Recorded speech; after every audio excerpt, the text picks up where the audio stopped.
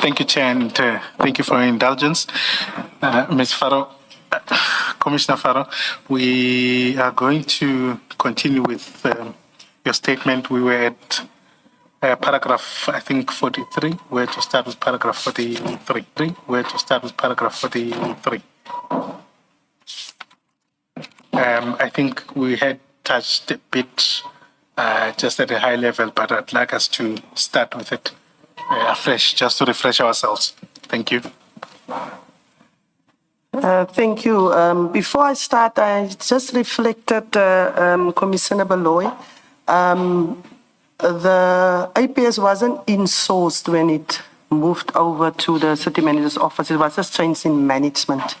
I don't know if I understood it correctly that it said it was insourced when it moved to the office of the city manager. It was actually just a movement of management, not insourced. Okay. So I just wanted to correct that if it maybe is confusing. Okay. All right. Thank you so much, Commissioners and Chairperson. If I can start, I'll just read. I did touch on this paragraph as well as the next one, but I just would like to read it into record. Thank you, Chairperson. Request for additional funding. I initially became aware of a request for additional funding or an extension of the existing budget relating to the additional sites through emails from Deputy Commissioner Dlamini to Deputy Commissioner Rivo Spies on 12 March 2025. This email from Deputy Commissioner Dlamini stated that the deployment of the ad hoc security guards had grown exponentially and indicated that an extra 37 sites were added in January 2025, with a further 6 sites added in February 2025. In total, it came to 43 sites. I was copied in this email and notably, it attached invoices for ad hoc services for January and February 2025. That must also just be corrected, Commissioners. I see it's 2026, it should be 2025. A copy of this email is attached here to, marked as YF6. Upon receiving this communication, I became aware of the cost and the fact that there was no clarity of the procurement of this ad hoc security services. It was also not apparent that there was a proper procedure in place. I immediately instructed Deputy Commissioner Spies to stop the ad hoc security services as it was not clear how it came about and it may lead to audit queries and greatly affect the city of Tshwane as a whole due to this unexplained and unauthorized expenditure. I also instructed Deputy Commissioner Spies to initiate a new control measure specifically related to the deployment of ad hoc guards and to launch an investigation in this regard that must lead to consequence management. This was duly implemented as seen by the email from Deputy Commissioner Spies marked as Annexer YF7. As a result of this action, a new process was created wherein it would be required for any department that seeks any ad hoc security to complete an application form for motivation and commitment that their budget and their funding may be used after APSS conducted a security risk assessment that warrants the deployment of additional guards. It is a prerequisite for the form to be signed off by the respective requesting departments, group heads, and the cluster heads. I later learned from Deputy Commissioner Boles that the request for additional funding emanates from a message received from the Chief Financial Officer, Mr. Gareth Manisi, on the 25th of February 2025, as per the attached WhatsApp screenshot marked as Annexer YF8. It would seem that the rising costs largely emanated from the unauthorized and irregular deployment of ad hoc security services by Inspector A.L. Piri. He had no authority to issue such directives. Deputy Commissioner Spies has already come before the Commission and I believe he has provided the relevant context. Commissioner, can you stop there? I want to get clarity from you because the email which you refer to as Y7 in your statement is on page 85 of the same bundle. And I could be wrong here, so you will correct me if I'm wrong.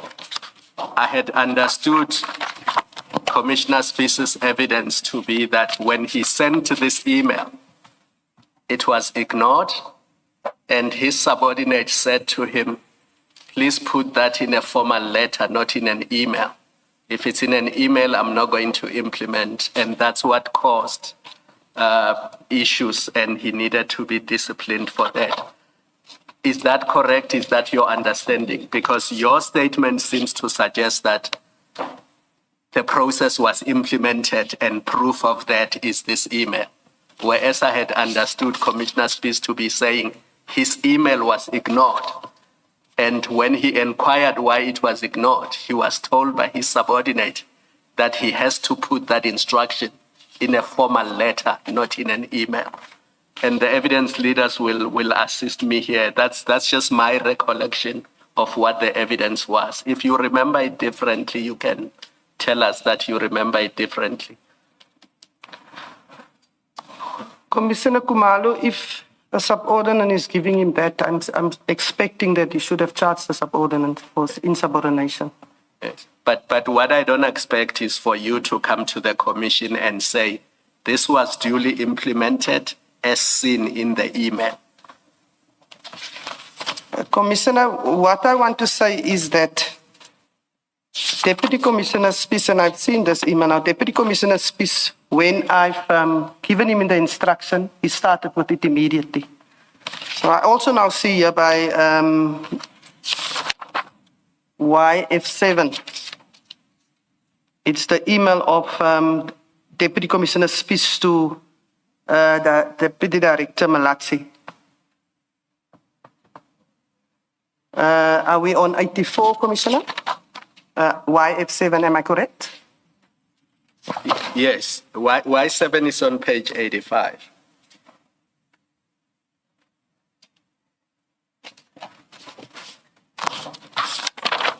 Commissioner, that's 85, this evidence here is remember he responded in an email to me and then that he's going to implement, I speak under correction, or it was implemented. This one that you are referring to now, Commissioner, in terms of that, I have not received that information that you have now given me in writing that is the case, Commissioner Kumalo. Okay. If you don't have that information, then maybe it's fine. But that was my recollection of Commissioner Spice's evidence. Understood, Commissioner Kumalo. So it may be something that you need to follow up. Yes, I will do that, we Commissioner. cannot rely on your assurance if that assurance is not factual. No, definitely, Commissioner. And then I expect him, if a subordinate is telling him that he should have taken action against that subordinate, Commissioner. So I will. I understood that he did eventually, but the initial reaction was that there was resistance to his email. So maybe we can leave that there for now. But I will still follow up, Commissioner Kumalo, just for my own sanity. Thank you, Commissioner.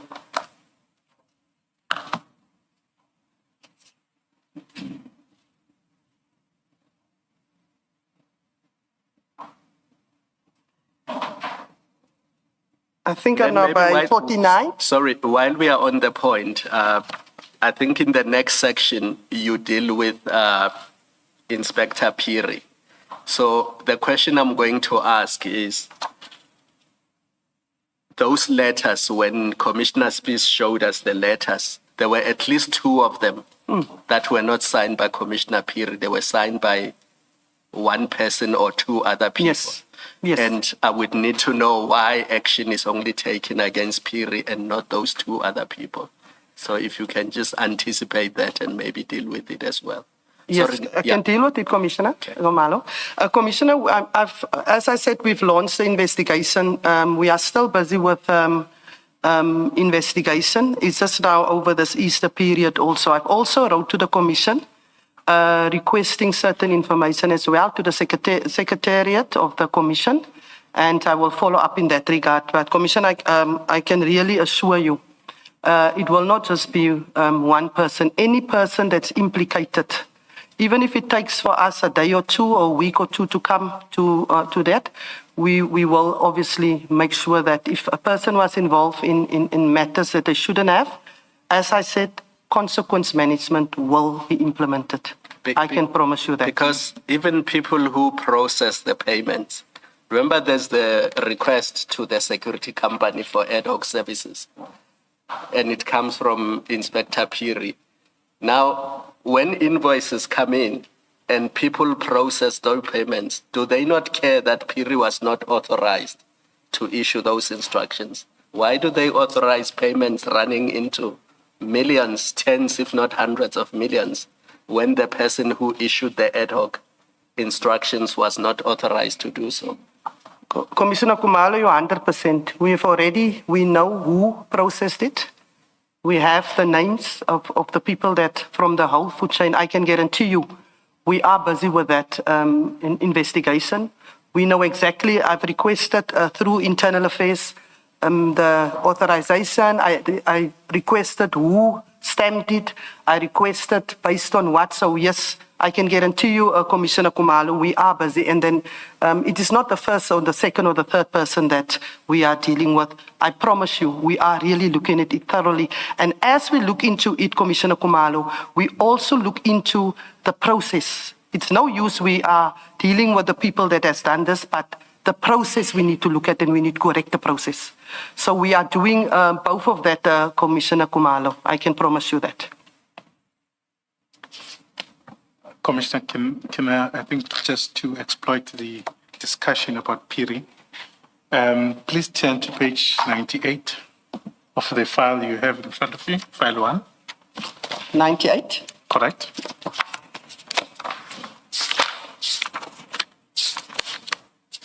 This is, as you suggest, part of the corrective measures. Correct? Give me a minute, I'm probably there now.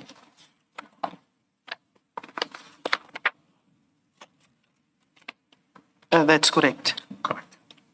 Oh, let me wait for commissioners. I have a different 98. Apologies.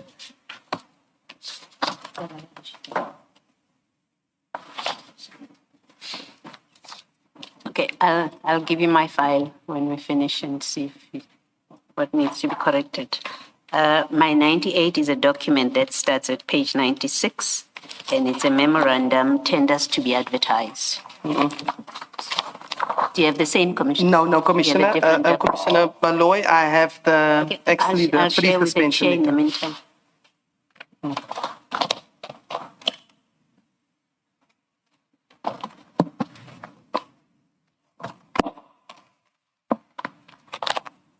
Apologies, Commissioner Kumala. We'll resolve this issue. Thank you. You will see that. I'm still Baloy. Yeah.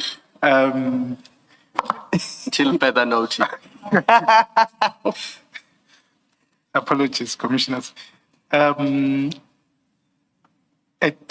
page 98 is a letter signed by yourself, notice of intention to suspend Piri, correct? That's correct. And at the bottom there is your signature, correct? That's correct. All right. And we know that the emails about stopping ad hoc services or security services happened, or the concern rather, on 12 March 2025, correct? That's correct. Will you explain why it takes a year to discipline Piri? Commissioners, allow me just to explain. Remember, I've requested Commissioner Spies to investigate. Then I think by June 2025, he sent it to the internal cities car department, which then also responded that there is, in terms of what they've read, that he can be disciplined. Then we sent it to the Internal Affairs Department of TMPD to do a thorough investigation in that regard. In terms of the TMPD, they then couldn't get certain information because we do not have access to certain information. It was then sent to Deputy Commissioner Dlamini, I think 30th of July.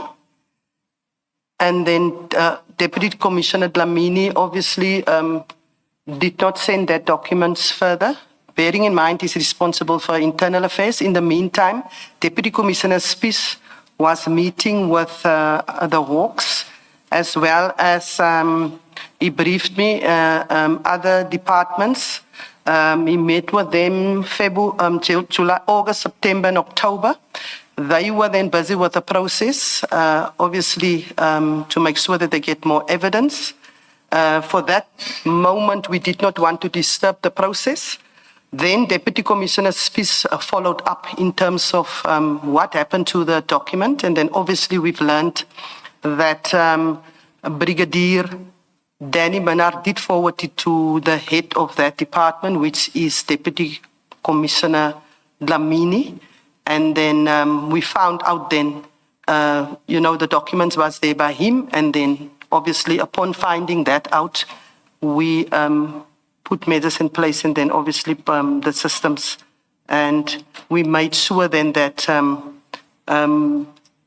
in terms of other information that also came to our attention, that we had then enough also to what I pre-suspension and then suspension in that regard. The investigation, we haven't received the feedback obviously from the HOCs back and the other department that was busy with a parallel investigation. However, the process has been started and we will now run with the process. Advocate Kakan, just to be fair to Commissioner Faro, if you can go to file 8, this is what I was referring to. Commissioner Spies' statement starts on page 37 of that file.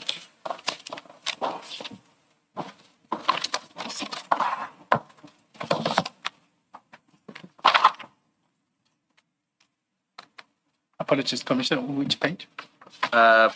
49. 49. So his statement starts on 37. Okay. But if you go to page 12 of it, maybe on page 48.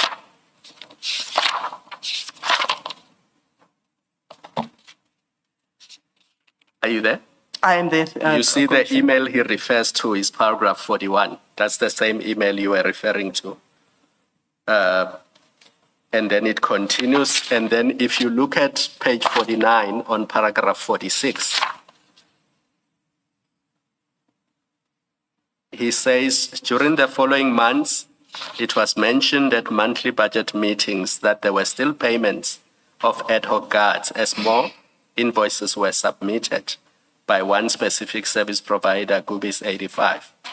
I then issued a written instruction on 24 June 2025 to stop the deployment of ad hoc services and made clear that no more will be allowed beyond 1 July 2025. Do you see that?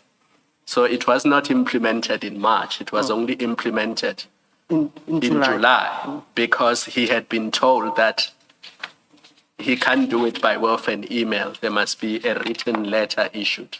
So that's how the process unfolded. Thank you, Commissioner. Okay. Thank you. Thank you, Commissioner. I will follow up on that. Thank you.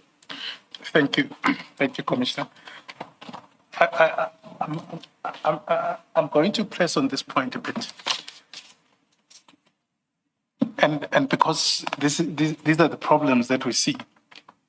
What we have is a serious issue of someone who essentially causes about 13 million loss.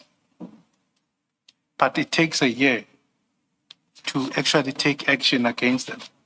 But it would mean that every time that he's at the office, apart from what you are able to find out, he's a risk or he exposes the municipality or the TMPD. Would you accept that? And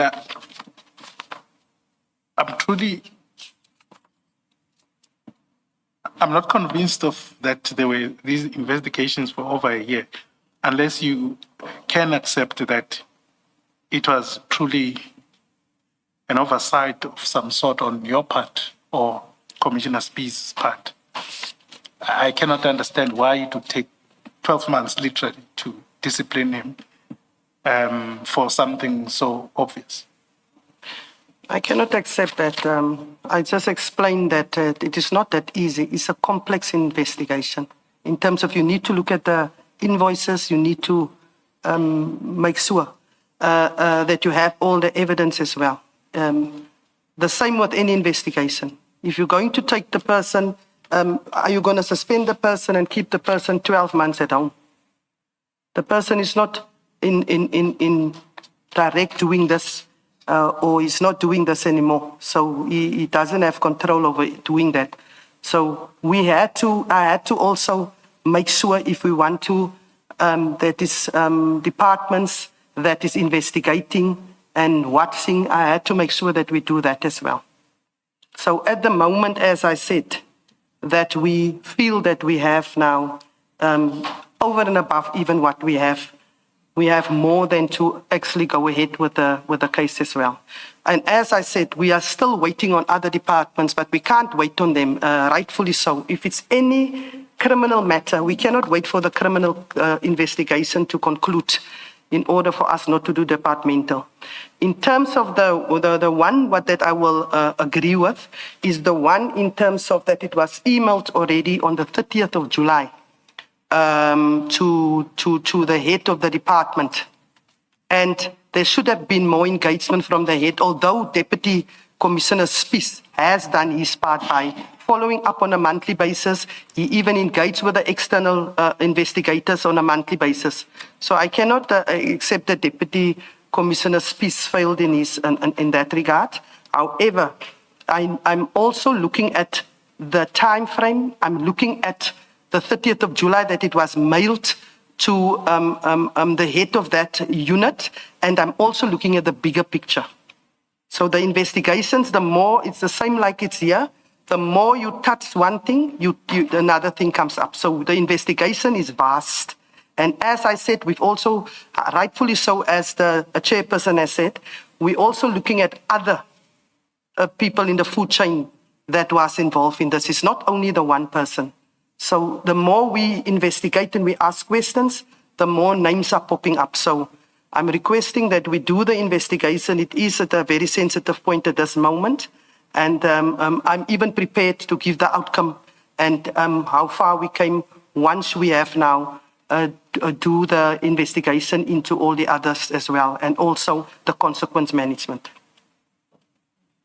I think, Commissioner, it seems that from the statement of Deputy Commissioner Spies, it does seem that there may have been speedy movement, because if you look at paragraph 47, Commissioner Kumalo referred you to 46.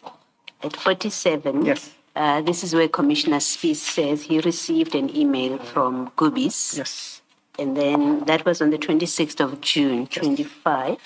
And then if you read, and then in 48, he becomes aware that Piri is the one that issued those letters. And then you read on the steps that he took, and then you get to 52, paragraph 52. Yes, I'm there. And then it says, on 30 July, that is nice. internal audit completed the report. This is about a month later.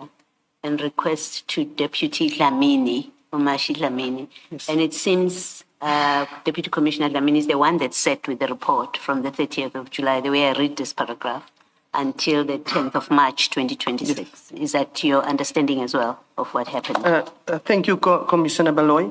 That is the 30th of July that I referred to, that Brigadier Manares has forwarded to the head, which is you are 100% Deputy Chief Dlamini. Yes. I'm also looking at that in that regard. Yeah. That is what I said, that allow me to investigate And the reason why, is it because with the person that we are supposed to discipline, that other things will come out?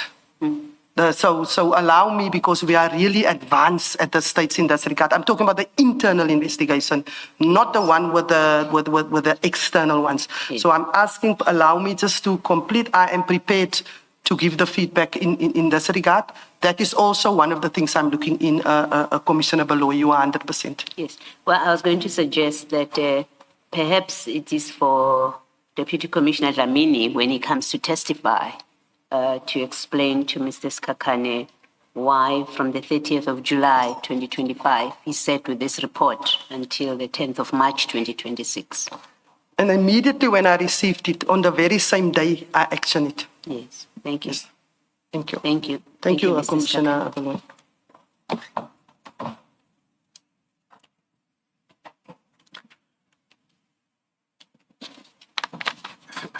Thank you, Commissioner Wadai. Please proceed.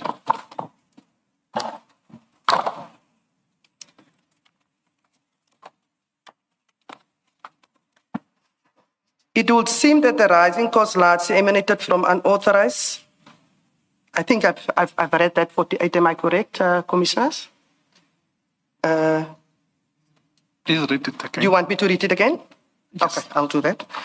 It will seem that the rising costs largely emanated from unauthorized and irregular deployment of ad hoc security services by Inspector A.L. Piri. He had no authority to issue such directives.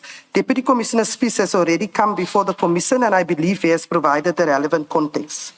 It is clear that the large beneficiary of the irregular deployment is an entity called Goobies 85 Security Solutions Pty Ltd, to the tune of about or almost 14 million rand. I was not particularly aware of the role of Deputy Commissioner Dlamini and Chief Financial Officer, Mr. Gerrit Menisi, in all of this. I took and trusted them as dedicated officials. I placed reliance on their advisors, and they had never given me any reason to doubt or suspect them. I must say I was taken aback by what came also out of this commission. Then if I can go to the aftermath. Apologies, just to clarify, at 48, when did you learn that Mr. Piri was not allowed or authorized to issue the directives or notices of deployment? He is not at this level. And I'm saying, when did you understand that? When did I understand? That he's not authorized. When the Deputy Commissioner Spies obviously has done his, and when he briefed me in terms of who has authorized this, and then I think it's also in his statement. Okay, thank you. Please proceed. Aftermath of stopping ad hoc services. Commissioners, I did touch on this, but I just wanted to read it into record as well. Upon my decision to stop the funds, I faced a smear campaign that questioned my qualifications and acceptance of a 45,000 rand voucher. I do not understand at that point. 450,000. 450,000 rand, yes, Commissioner. I did not understand at that moment, but in hindsight, I am of the opinion it stems from that decision of mine to stop the ad hoc deployment. I stood by my decision as I was doing it for the greater benefit of the city and TMPD. I'm referring to page 4, YF9. I later learned of the irregularities in the procurement and payment for the security services. Deputy Commissioner Spies has already come before the Commission, and I believe he has provided the relevant context. I have since taken measures to suspend Inspector A.L. Piri, who issued the further deployment letters as seen by Annexure YF10. In addition to this, consequent management is being implemented. Deputy Commissioner Dlamini is also currently on suspension. Allegations which derive from this commission are being thoroughly also investigated, and therefore I cannot elaborate further here in order to protect the integrity of these investigations, as I already alluded to. And this is not only from the commission, this is just added. There's also, as I said, what we discovered in terms of the investigation. Now, why are you only looking at further deployment letters? why are you not auditing past deployment letters? Because it looks like your scope is narrow here. If you are only looking at somebody who issued further deployment letters, this suggests that those that were issued before the decision, you ignoring those. We did not find any other than the two, but we are also looking historically, and we are looking at that with the internal affairs. They are looking at historically, and they're looking at, we want the scope to be as wide as possible, Commissioner Kumalo. Even if we must go back and really come to the bottom of this, we are really going back. Really, the information that we are requiring, some is difficult to acquire. However, we are not going to back down. Because it looks we are not going to back down. It looks like there was no accountability, at least in terms of, as I understand it, the way these ad hoc deployments work. These were emergency services. So yes, if you need emergency guarding services at a water plant or at a facility of the city, there would be these letters that are issued. But there doesn't seem to be any monitoring of service levels to determine whether what Gubis tells you. If Gubis says, for example, we employed 13 security guards at this reservoir, it doesn't seem like anybody checked that that was in fact the case, that it was in fact 13 guards at this price per guard. And I mean, this is public funds. People just approved invoices without checking service levels, without, enforcing if there were breaches of some of the service levels. There were no consequences because it looks like these companies continued providing services. In fact, to this day, they continue to provide services, just not additional ad hoc services. Commissioner, if you go as far back, you will find that, yes. That is why I said the moment it was handed over, find out the complexity of this, put measures in place, that is ongoing. So you are correct. In the past, I couldn't find that there's a measure in place. In terms of checking up and making sure contracted services that where you deploy, you support, you must have uniform, you must have this equipment. Are you there? Is it the right amount of staff? And then the level, is the A grade, B grade. That is one of the things that we also are checking to make sure surprise visits that at any given time the guards that is supposed to be in terms of the service level agreement are there, and penalty clauses must be implemented. The penalty clauses is very important. So if you found it is against the SLA, you need to activate the penalty clause that is in the SLA. So Commissioner Kumalo, you are correct. Those were some of the things that we found that was lagging and that we correcting in terms of moving forward.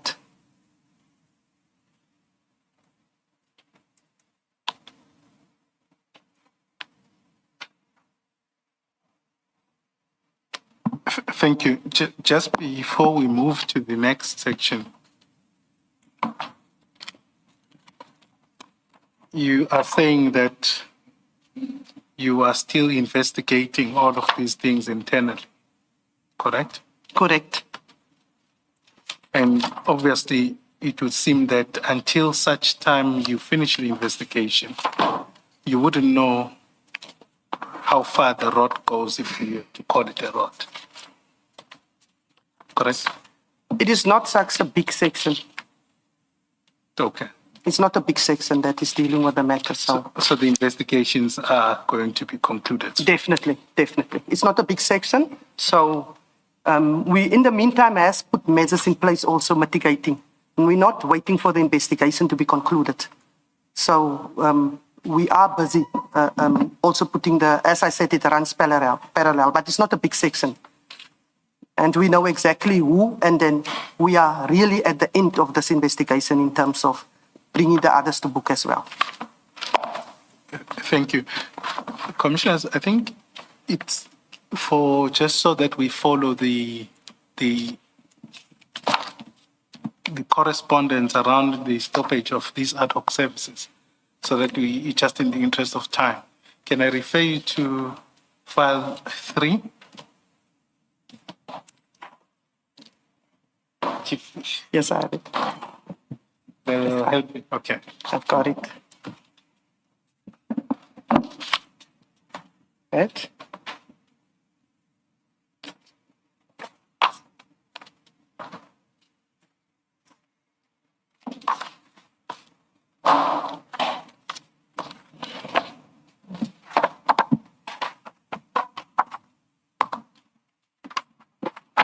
Page, Mr. Skakani? Page 337 337. All right at the beginning. at the beginning. You go, I think, with the sequence of emails, you go to 343. Is it file 3 File 3, yes. on page? 343, or starting from 342 at the bottom, I'm starting by 657. 657, Yes. file 3. So,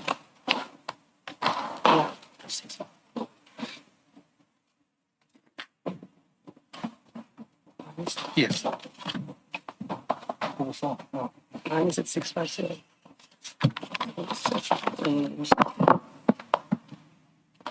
And the sabotage. 657, no, it's not a good.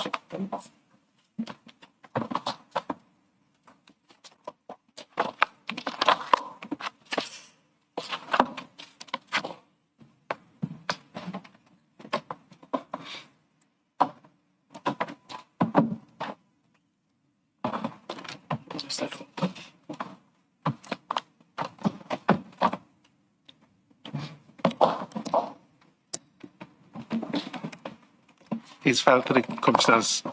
342 at the bottom, there's an email.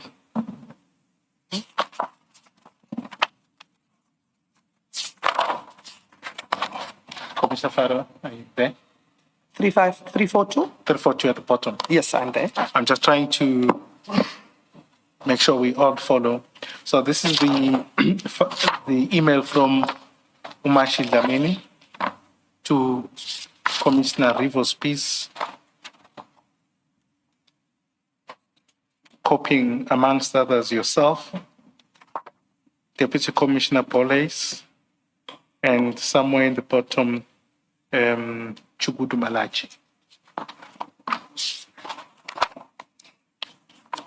And then in that email, this is where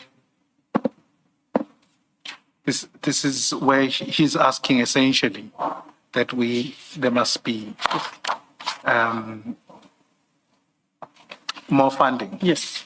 And he explains that there's an increased usage of ad hoc services. And then at page 342, the response from Commissioner Spees is to ask 3 minutes later who approved or mandated the ad hoc services. Correct? That's correct. Correct. And you were still copied in that. There's absolutely no trick with what I'm doing. It's just so that we follow that discussion we were having, because I think we got broken somehow in understanding the sequence. At page 341, that's at the bottom, that's your email. Can I take it COP means Chief of Police? Commissioner of Police. Okay. Commissioner of Police. At the bottom, you then write to Umashi Dlamini and Commissioner Spees, and you say, you express shock about that there's 30 additional sites just for January. And you ask who approved this, and you ask Commissioner Boles. Can you just maybe explain that to us, perhaps in the understanding of ad hoc sites as the debate has been had? You want me to explain the email? Correct, your shock Okay. around this thing so that we just follow as we go. It took me 7 minutes to respond to this email, what I read in the 2 emails. I've then wanted to know the 30 additional sites only for January 2025. I see there's 4 exclamation marks. And then who approved this? The reason why I said Deputy Commissioner Boles, remember, he was still January and February overseeing APSS. Deputy Commissioners, this only started 1st of March. Then I wanted to know, did he approve it, DC Boles? Then I said, I'm not signing off any documentation or requesting additional funds. That moment I was in Mako and I said, I'm currently in Mako. I'm not going to entertain this. DC Spies, please launch investigation in this regard because he was appointed the first, this is 11 days after he was appointed. Then I also then again responded, added to the below email, this behavior must stop as it will cause audit queries which will not only affect the department but the COT as a whole. I'm not going to request additional budget for unauthorized ad hoc sites. I will request an investigation and consequence management. 2 reports must be drafted. 1, and that is obviously after the authorized ad hoc sites and then also the unauthorized. The authorized ones are easy because we are aware of it. Then I again, a few minutes after that, sent another mail to say, Deputy Commissioners, please stop any ad hoc deployment until the correct procedure determined by you have been implemented, bearing in mind there is no additional funding already. Then I actually, Commissioner Kumalo, I actually referred to this email. And further to the ad hoc C deployment, that is a response from Revo Spies, obviously to Malatsi. Cease deployment if guards, stop the deployment of all ad hoc guards as with effect tomorrow morning. That is why this was actually the email that I referred to Commissioner Kumalo, where he then immediately, you see that is on the 12th, just a few minutes after I sent the email, actually 4 minutes that he actually gave that instruction. The one that, Commissioner, that you alluded to, that he gave him that lip, I was not aware of that because that will be between him and his immediate Deputy Commissioner. But as I said, I want to look into that as well. So that formal letter is on 347.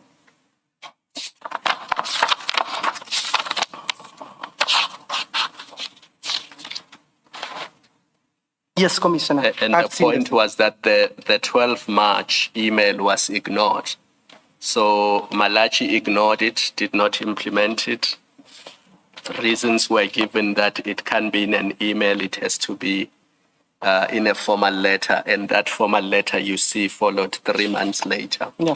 3.5 months later, and it's on page 347. I do see that, Commissioner, and as I said, I want to look into that as well. Thank you, Commissioner.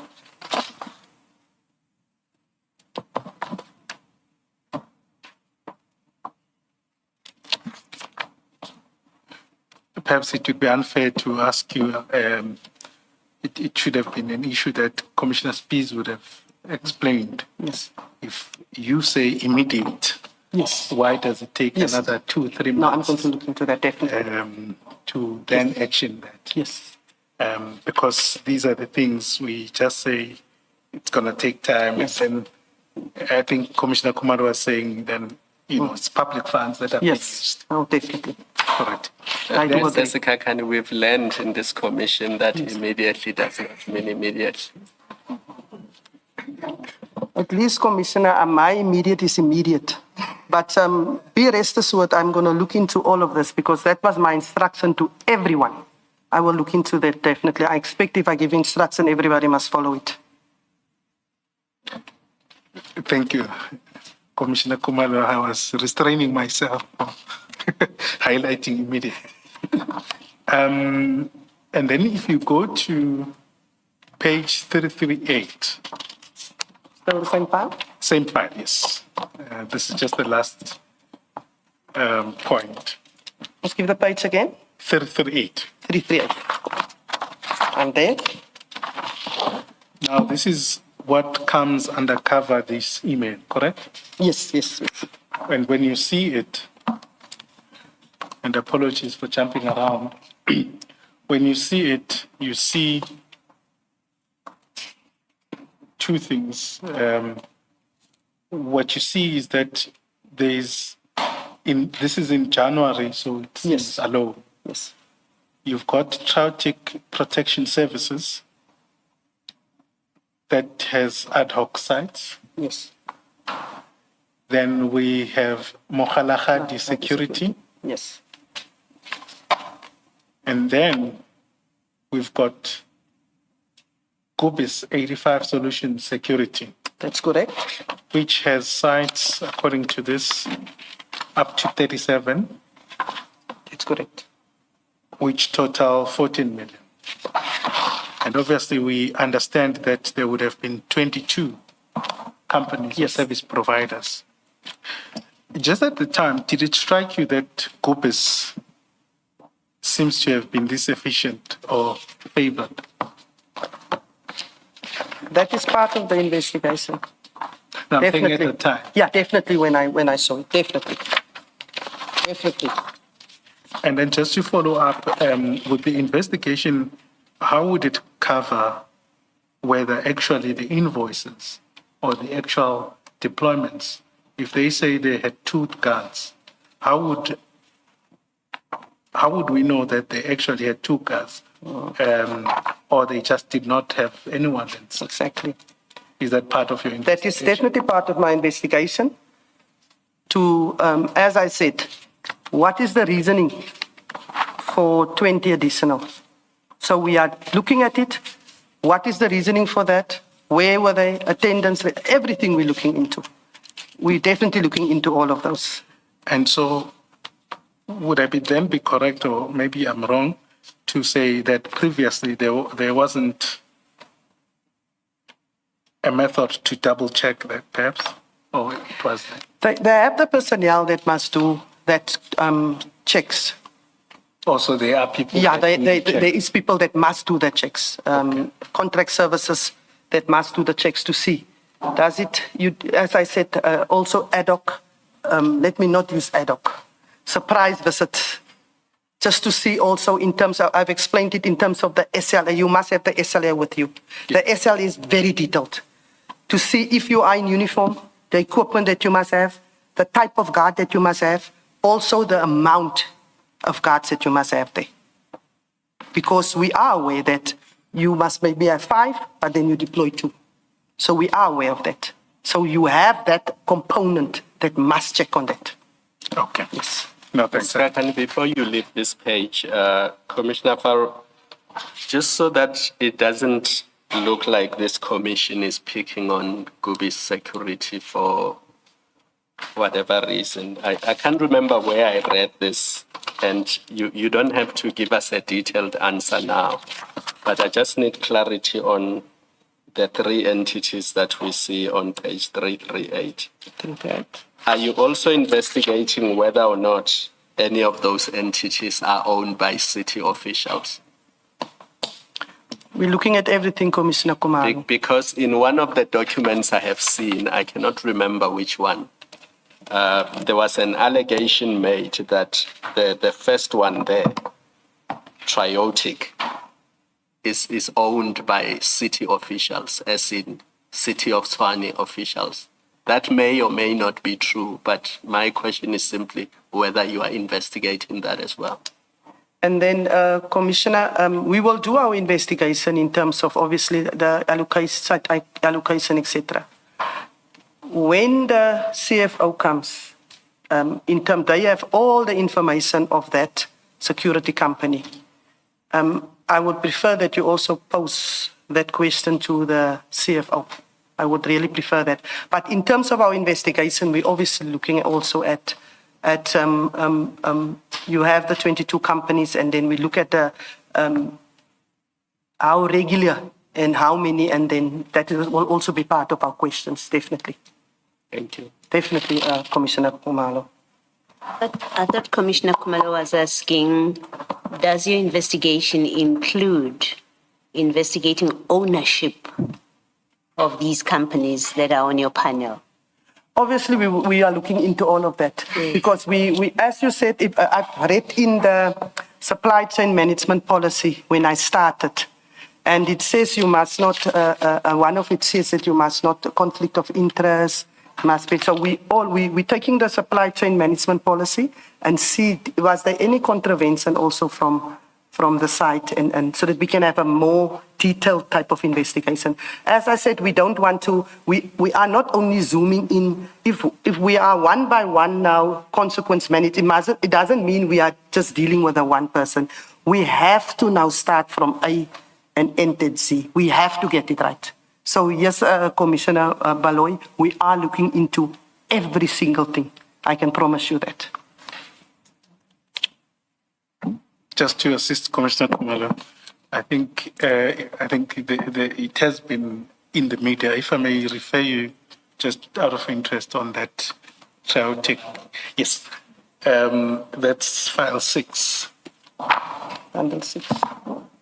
Page 548. It's part of the chats that was shared.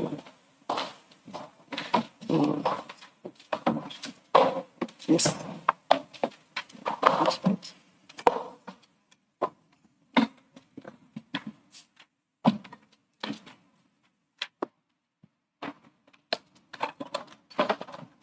Thank you so much.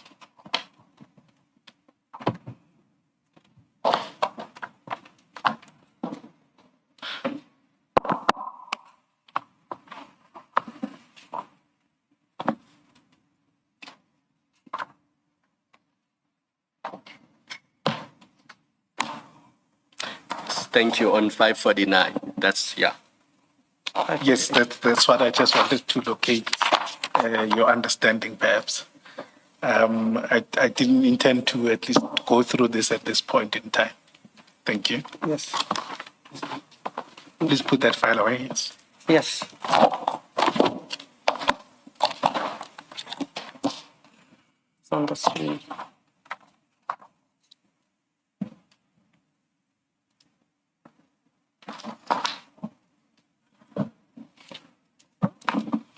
Okay. Could you please then continue from page 55 of your statement? So, sorry, we'll put away file 3.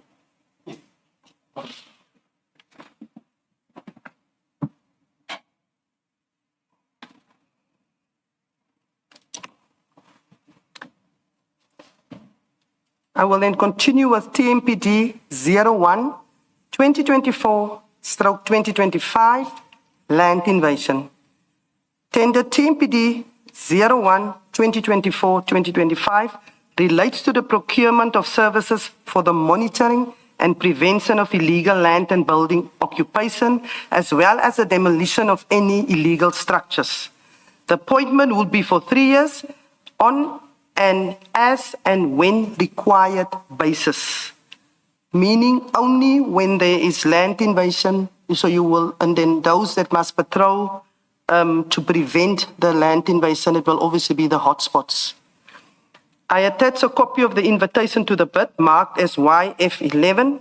The tender advertisement request, we call it a TAR or TAR, was signed off by me on the 27th of May 2024. I then appointed Brigadier Sipho Sebastian Nkomo and Brigadier J. Mabunda as the departmental representatives at the Bid Evaluation Committee, BAC. The reason why I appointed Brigadier Nkomo, he was that time acting Deputy Commissioner of Specialized Services. And Brigadier Mabunda is the head of land invasion. Commissioner Faro, you're confusing me now. When I asked you this earlier, you said only the city manager can make these appointments. Now you are saying to us, I appointed these people as representatives to the BEC. This is in terms of the TAR. But what's the difference? The TAR is the tender advertisement request this is one page that I sign off. So in terms of this, it should be the city manager, yes. You are confusing me. Who appoints members of the BEC?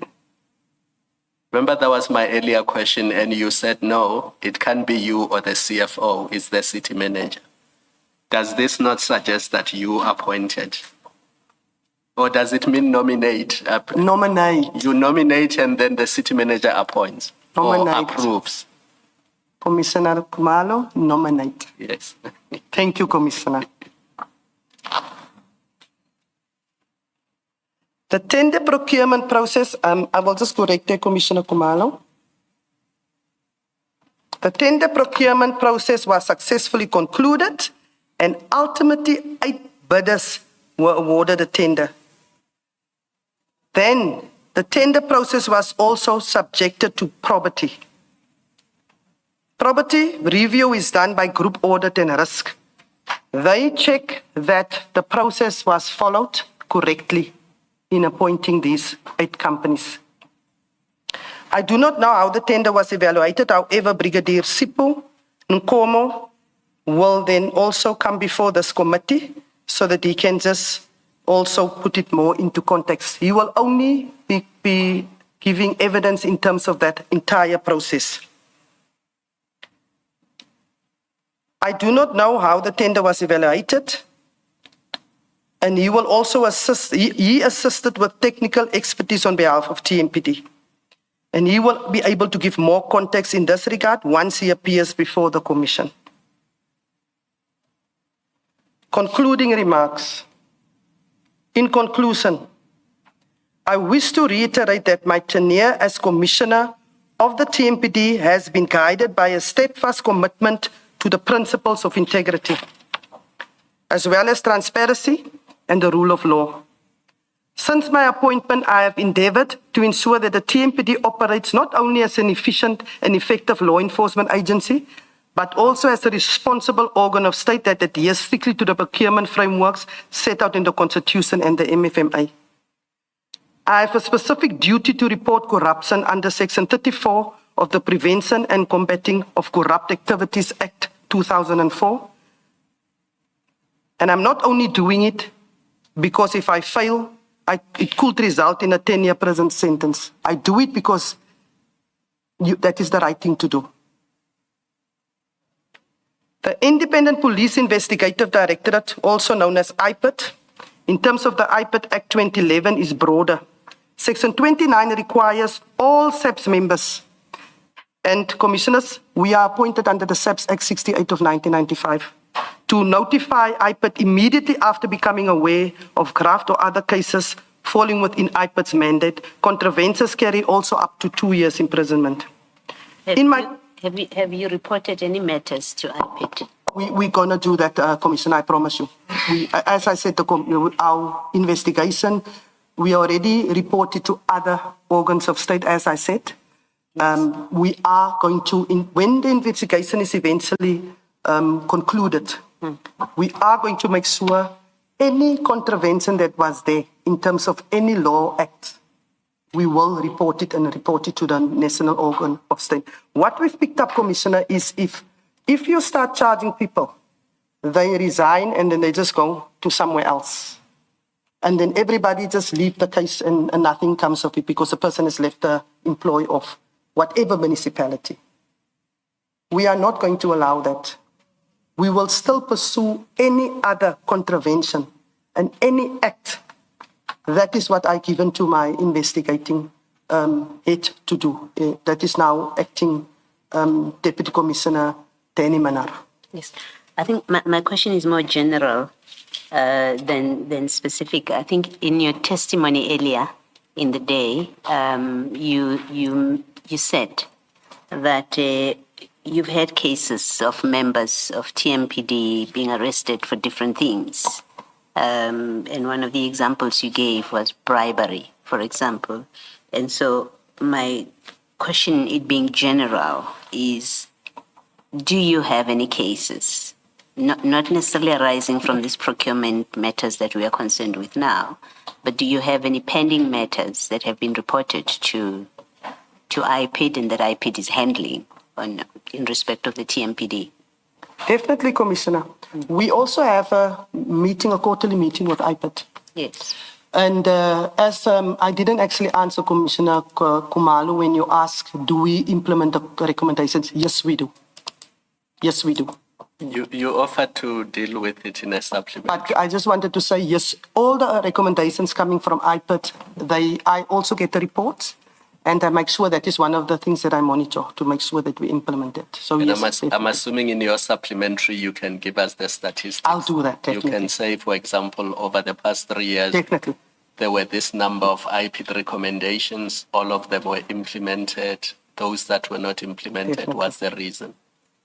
May I correct you, Commissioner Khumalo? Can I have it from the 1st of October 2023? That was under my... Yes, yes. Thank you I so think much, that's Commissioner fair. Thank Khumalo. You are so kind. Thank you. Commissioner, you rightly point out or lament Yes. that people resign. Yes. And then that's the end of that matter. But isn't the solution to that matters must be reported to the SAPS? Definitely. As I've understood it, with Ekurhuleni, in respect of Ekurhuleni in similar cases, it's that complaints, and I think Commissioner Spies, as he then was, Yes. referred matters to the SAPS, and then those matters were then referred to IPID. From the SAPS, they go to IPID. Isn't that what should be the practice, in fact, the way to circumvent people escaping criminal prosecution or consequences for what is effectively criminal conduct, that complaints should be lodged with the SAPS?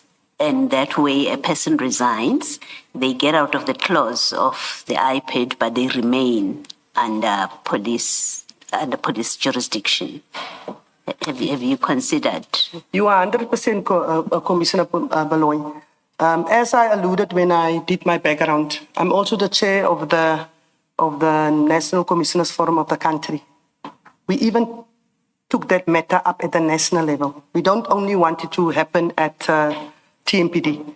What we also do, we deregister you as a metropolis officer or more a traffic officer, so that you can't also jump to go from one department. And we're also looking at the database that we can also share that information.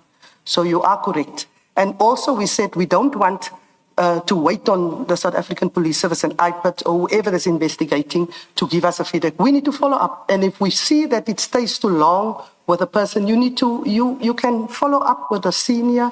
We need to start following up and not leave it and say, I'm waiting on IPID, I'm waiting on the South African Police Service. We need to trace our case numbers, and we need to trace our cases that we report. So that is what we as the commissioners of the country also want to, busy with actually, and we're looking at standardizing it on a national level. Thank you, Commissioner.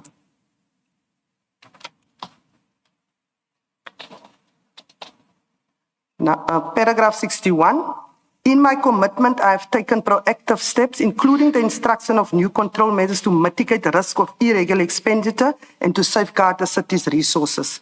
Given what I've learned, I believe it is important that we continue to pay close attention to procurement processes and internal interferences in the manipulation on ongoing process within the TMPD.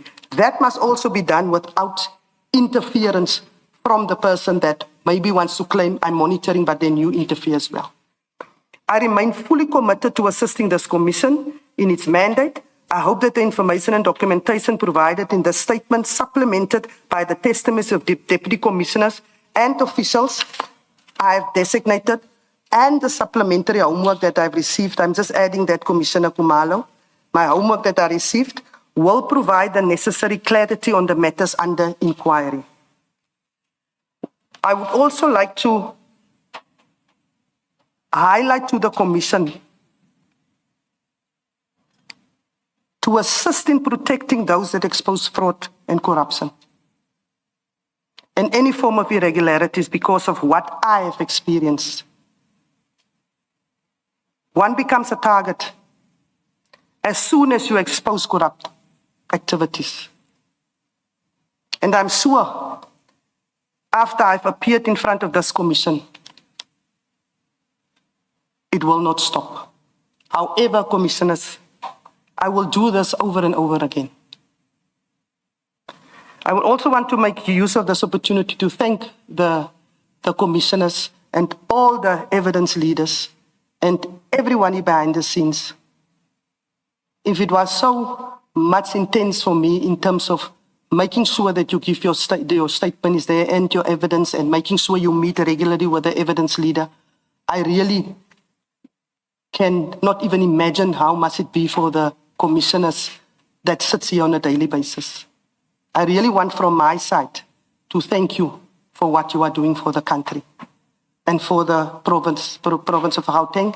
And I wish that this can be rolled out after Gauteng to all the municipalities within the borders of South Africa. Thank you, commissioners, for the opportunity that I could have be a witness in front of this commission and also have given some clarity and also some information in terms of what was in the statement and then also the evidence that was attached. Thank you, commissioners. Mr. Sakane. Thank you. I think we might have missed the point, but I think we had started with that. We'll let Commissioner Faro go through her statements and then be not as interruptive, but I think we took some time interrupting. In the interest of time, there are areas that I would like to probe with. I will not go to too much detail in the interest of time. Commissioner, thank you for your remarks. I just want to say that what is bothersome is that in many instances, starting with Eguruleni, SAPS, and now Tswane, there has been a lot of movement by the institutions concerned, the action being taken against officials. But what's bothersome about that is that, but for what has been divulged at this commission, it seems that it would have been business as usual. That is quite bothersome. I'm not necessarily directing this at you, but at the institutions concerned. And we are talking this is only SAPS, Eguruleni, and SAPS,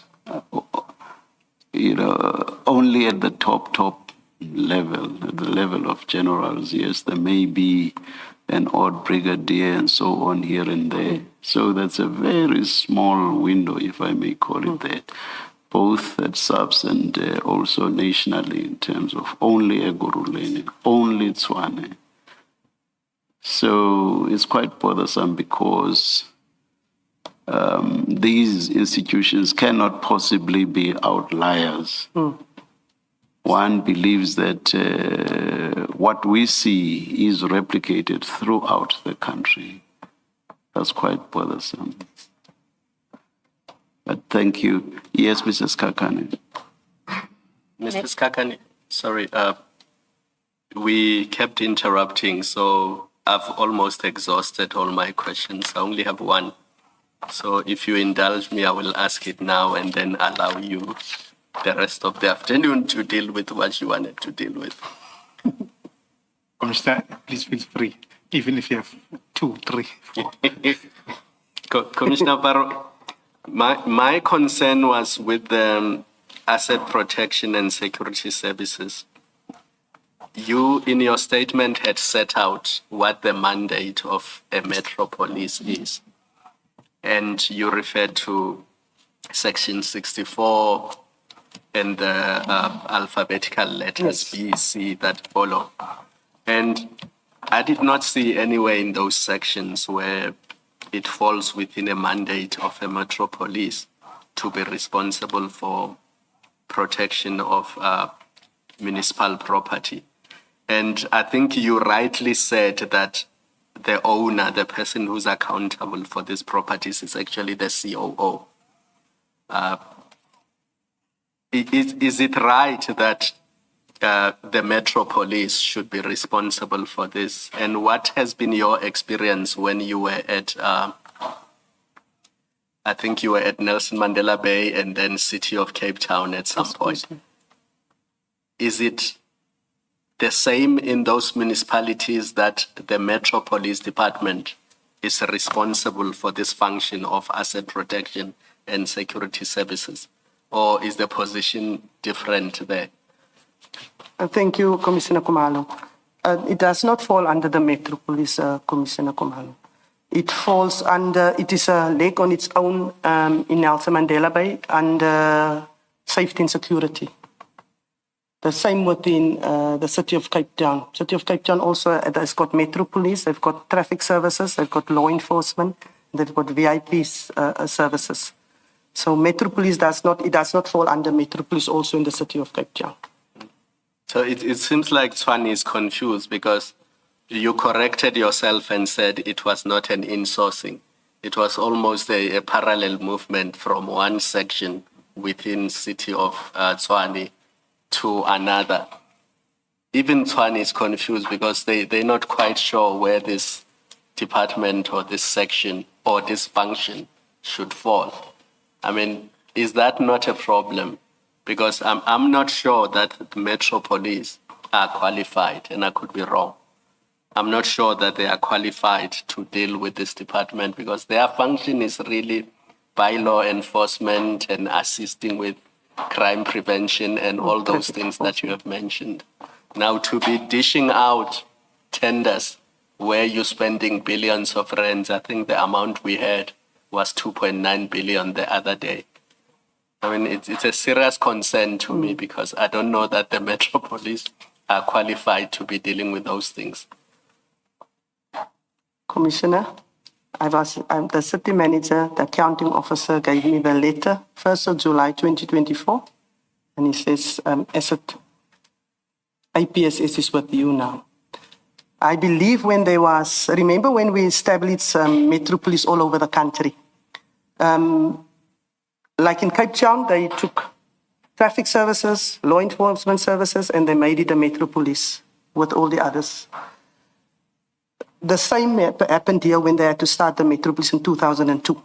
So whatever departments you had that was more like a law enforcement safety, it was under there. That's why originally when they did start the Metro Police, APSS was part of Metro Police 2002.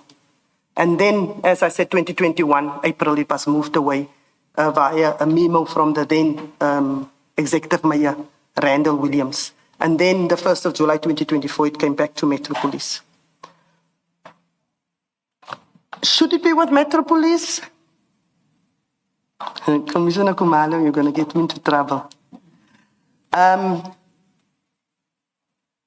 would say if you protect maybe the assets of the city, who is the owner of the assets of the city? So it must either be with the COO, who's got the infrastructure, whether it is the reservoirs or whether it is the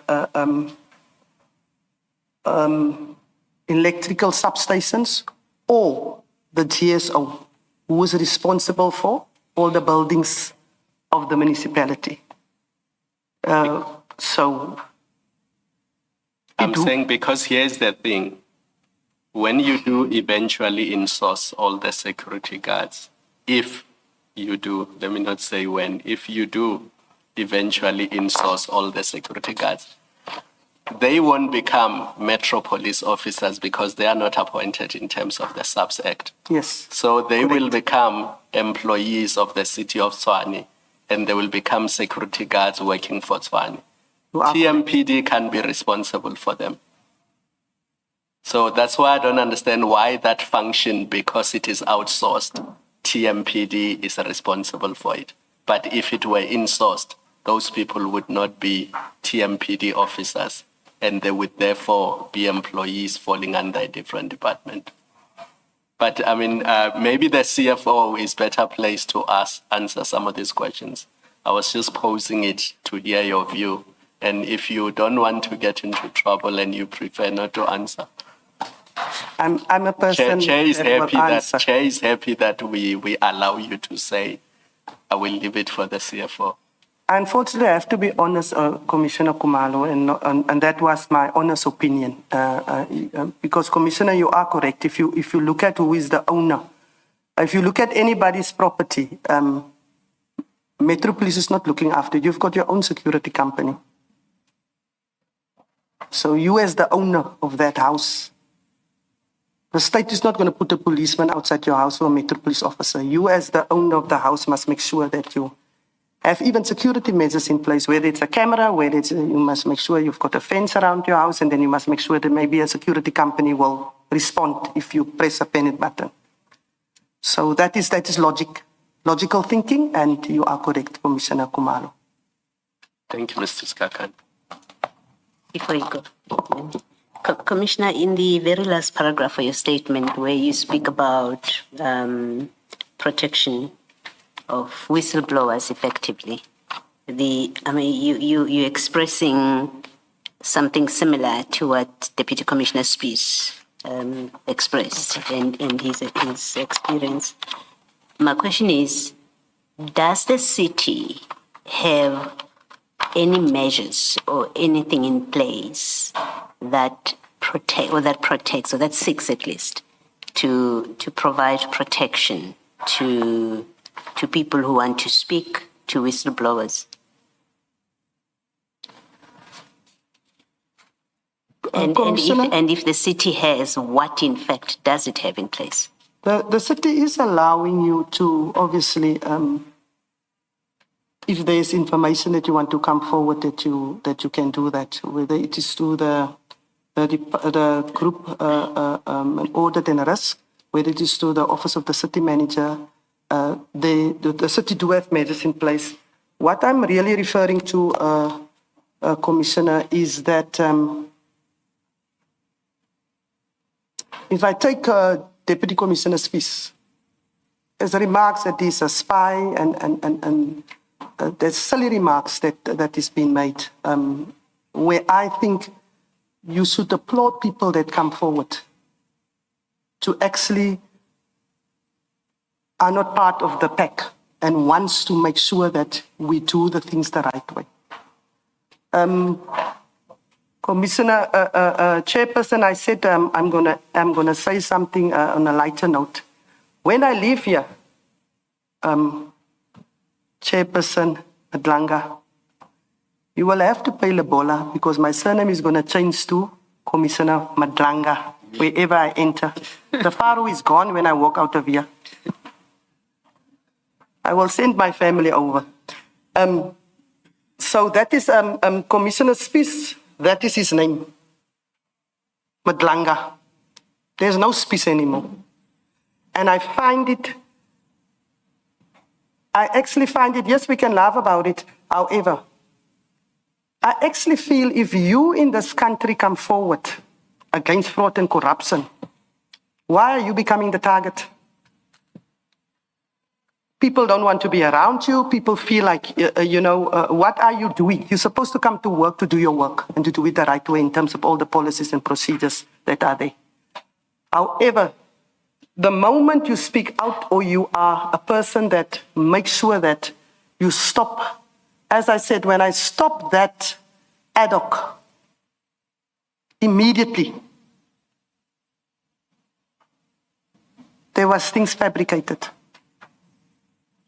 I'm asking the question to establish whether the system, I'm asking about the system, whether the city has a system in place which allows people, for example, to speak confidentially without fear that what they say will soon be told back to whoever they were telling about.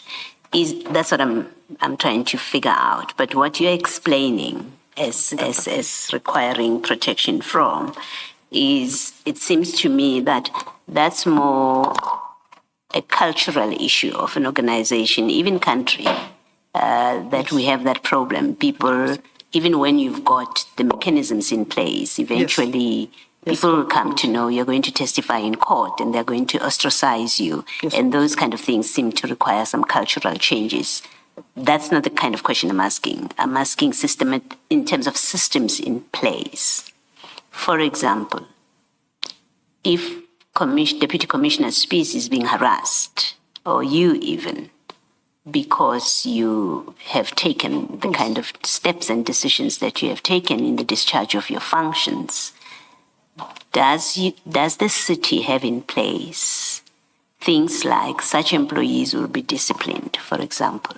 If you harass me because I'm doing my job and have stopped you from spending money and I've actually started disciplinary processes against you, does the city have a system and a culture where action can be taken against those people to discourage that kind of behavior?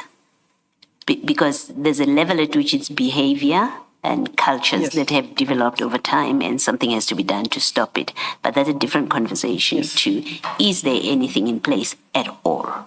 Or we don't have anything in place that allow people to act without fear, with some kind of protection. It may not be perfect, but there are ways I can go anonymously to report the chief financial officer for having instructed that purchase orders must be created long after the service had been provided. Is there anything like that in the city? Is really what I'm trying to determine.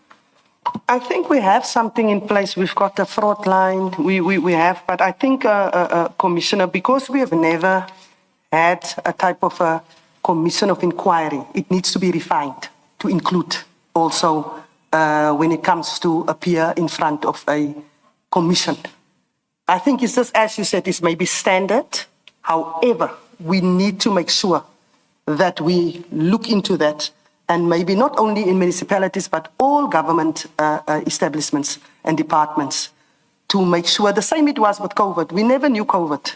And then we had to put things in place in terms of COVID. We never knew wearing masks and all of that. So the same thing, the commission is a very good thing of inquiry. And I think whatever policies we have or directives we have of SOPs we have, we need to refine it now around that. That is even part of mine at my department that I'm going to work with as part of my workshop, that I want to include it so people can feel free. But then it needs to be in each and every department. It maybe comes from also, as I said, we need to refine it and include it. And then we must make sure that there is, I'm maybe lucky that I have my detail with me because of the post that I have. However, it's not everybody that's got the detail because of the post that they have. And we maybe need to look at that and then also make it easier for people, much, much more easier to report, and that also there's going to be consequence management. Because it's no use you report and that person stay in the government environment or in the municipality, and that person is even aware confidentiality is also very important, and that person is aware you are the person that came forward. So all of that we will have to maybe refine it a little bit to make sure we include the commission as well, and then also what we experience practically, and maybe make that also part of outcome, Commissioner Beloy. I think that will help a lot.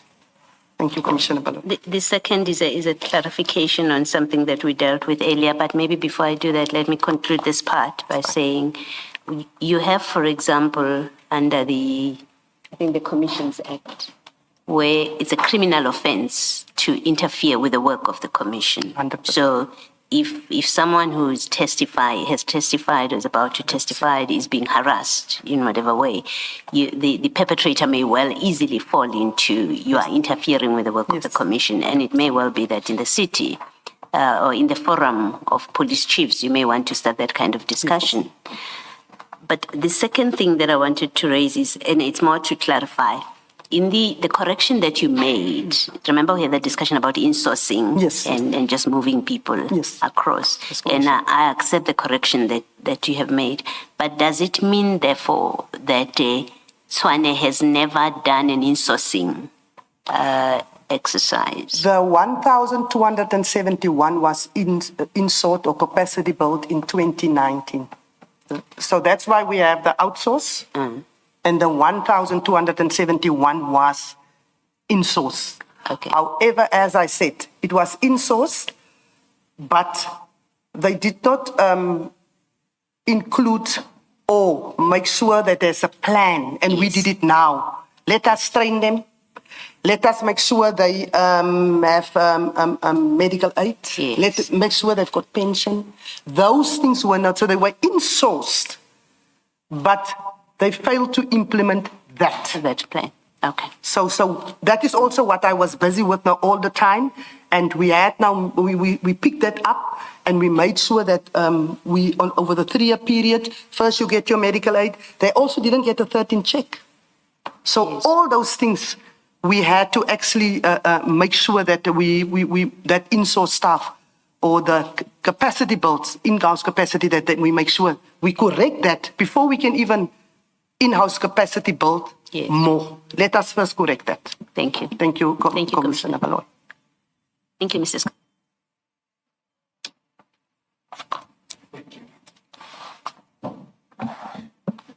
Thank you, Commissioners, and thank you, Commissioner Faro.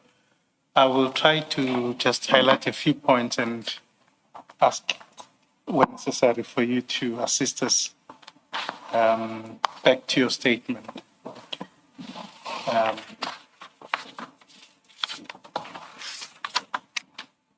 You've spoken about your duties or roles and functions, and part of it is that you bear the ultimate responsibility for the TMPD. Yes, that's correct. And part of that also goes to recruitment, appointments, promotion, transfer of members. And part of that also includes managing discipline. That's correct. Right. Would you,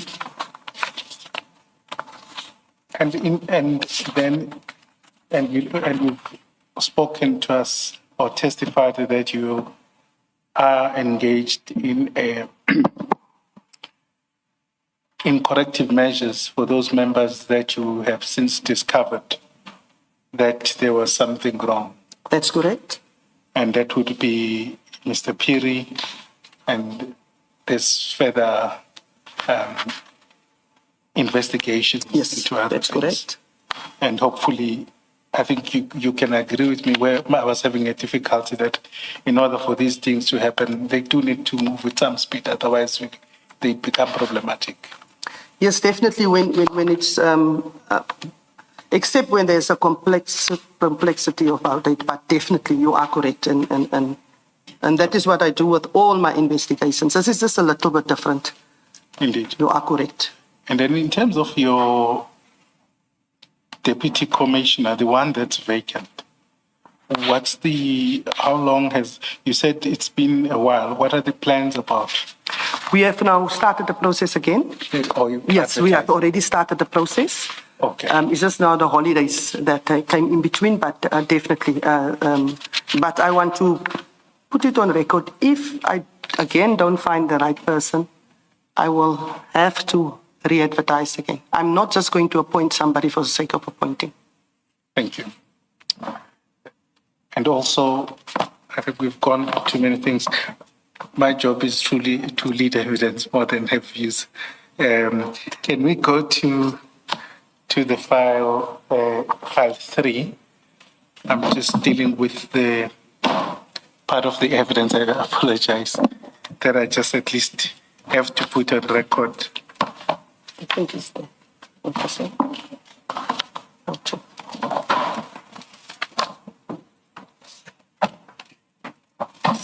Thank you. I've got it. Page 382.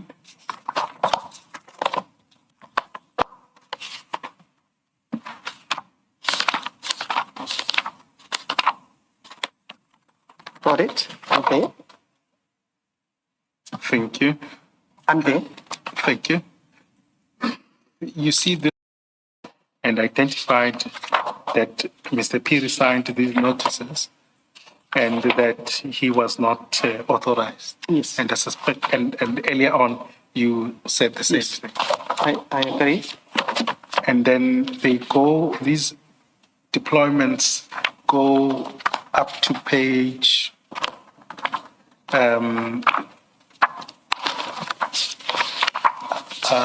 up to page 424.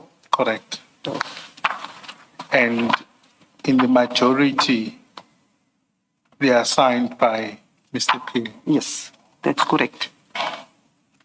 Perhaps to avoid at the risk of speculation, would you know why he would be the one that's signing? What are the possibilities for signing these deployments? Or maybe let me put it this way, in terms of his level, where is he and who does he report to? And as far as you know, could this happen properly? Obviously, this is not, I've already said previously, this is what we picked up and it's caused an investigation. And then we found obviously that this is also stemming from the email that was sent to say that is on the 12th of March. This is part of that investigation. Correct. And that is part of that evidence. Correct. That these sites, so it's stemming from there. And obviously, if he is today on suspension, and then there's a investigation still, more investigation pending. Clearly, that this is not what should have been done. And who does he report to?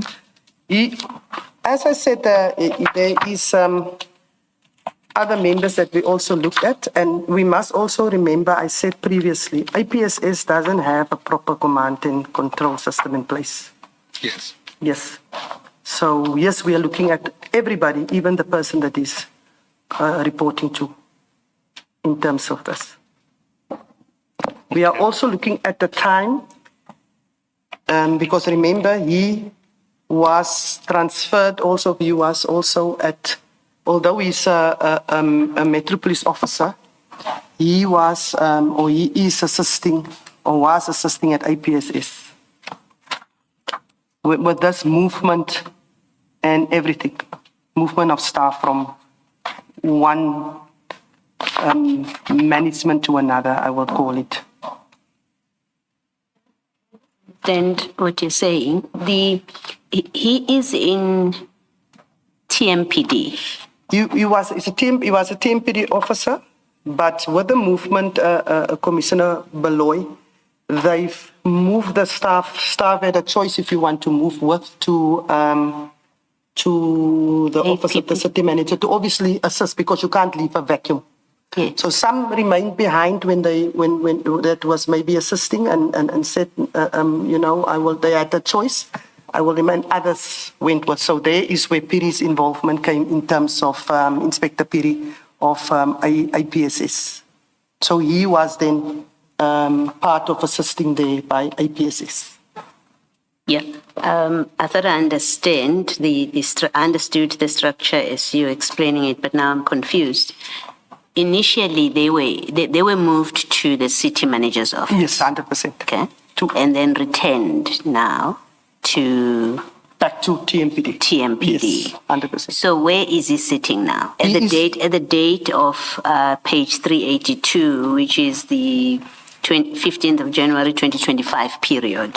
14 that January. He was back at Metro Police, because remember 1st of July 2024? Yes. They moved back. So he's in TMPD at the time as he issues 100%. these instructions.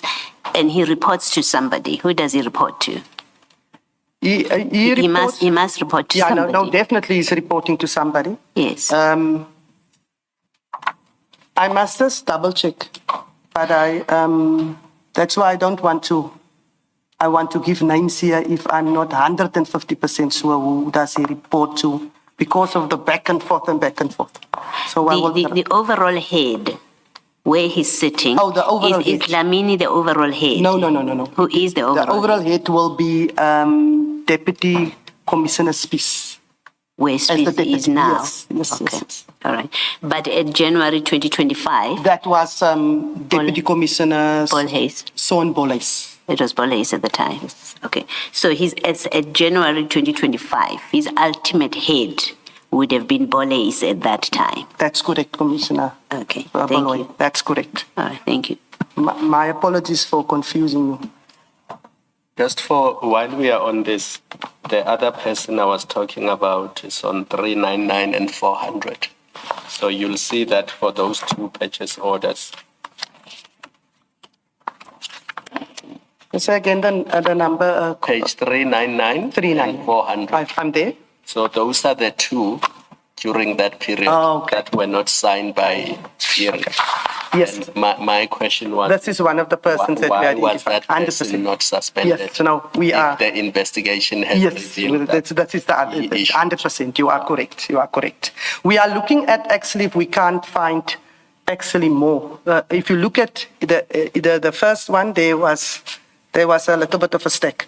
So this one we're also checking, and also I said the person that we also said in terms of the invoices, and did you check is it according to the standards, and was it supposed to be done? So yes, that is part of the food chain. You are correct.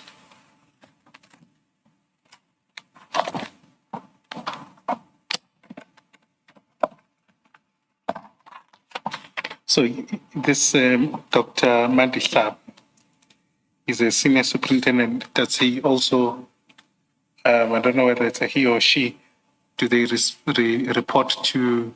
Also, yes. Police. To police that time, Yes. and now to Spies. That Now is to correct. Spies. That is correct. And you're saying that obviously there's there's some reasoning why Yes. he's not placed on Yes. suspension. Yes. There's a reason to that. That's that.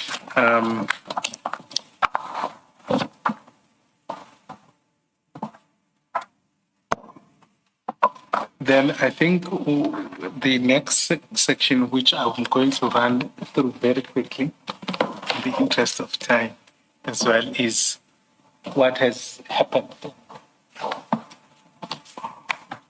in your department.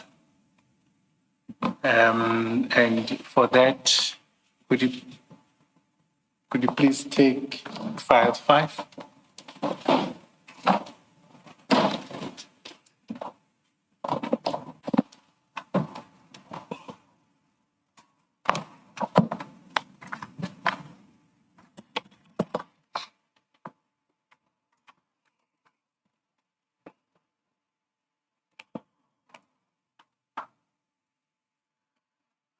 Now, this is a file containing WhatsApp chats, and I think you may be familiar with them. And in the commission, when Sergeant Kosi came to testify.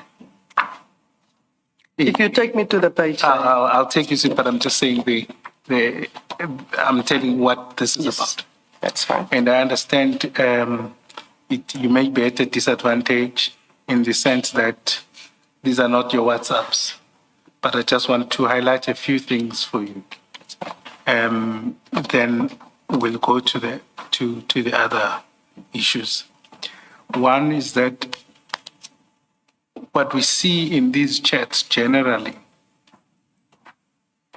is that there is a close relationship between the CFO, that's Mr. Mnisi, and Mr. Nkosi, Sergeant Nkosi. And if we look at it, they call each other bras, they go to the shooting range. They seem to have a very cozy and very close relationship between the two of them. I don't want to take you through to each WhatsApp, but just accept that's what I'm saying. As an example, if you go to page 10 of that file,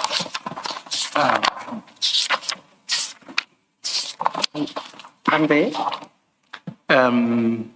They talk about where are you, my brother, and they refer to, okay, my bro, we can meet tomorrow. And there are quite regular meetings between the two of them. That's the first point that just in the interest of time. But also they share a lot of documents that are internal within the city. I'm going to go through that document now. If you go to page 65,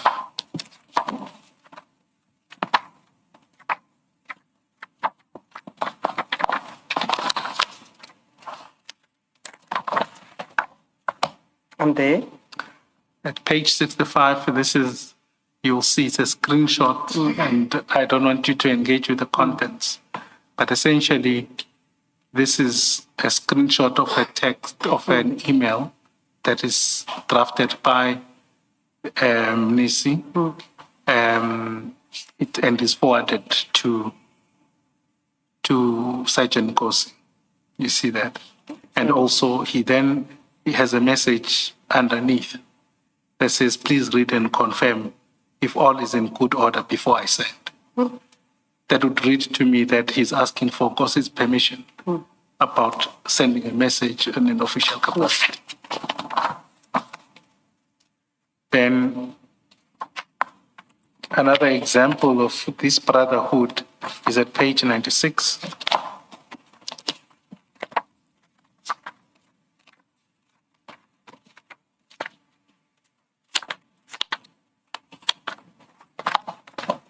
I'm there. And then at just below the mid section, Sergeant Kosi, take it for granted that that's his number, zero tolerance. He says, compliments my brother. Indeed, in you, I found a true brother. You see this coziness between the two. I do. Then if you then turn to the following page, at page 99,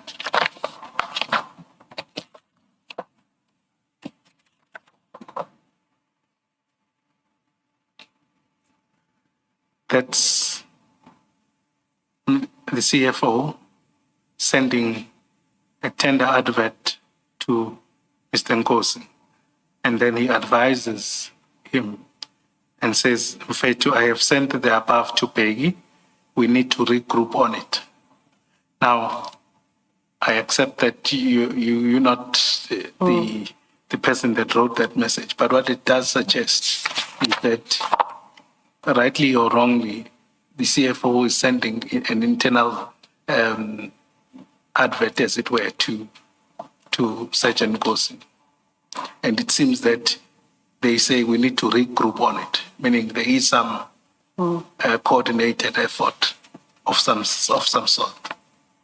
Correct? Yes. That's how it reads anyway. Yeah. This is how I The CFO will come through. Yes, the CFO will obviously. And then if you turn over to page 100, it would seem towards the bottom, the CFO says he's going to Durban, he's going for a massive business deal that side. You see that? So they also clearly share some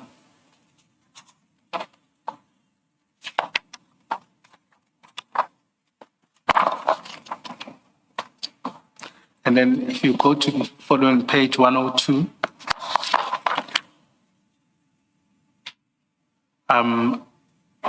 then it's an example of another meeting, and the CFO says, can we meet today, please? So it's another incident of these regular meetings between the two of them. And as you can see, the file is thick with a lot of messages exchanged between them.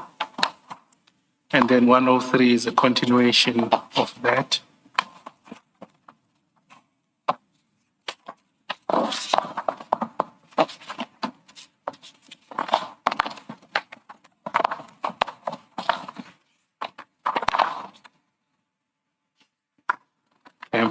Then if you go to page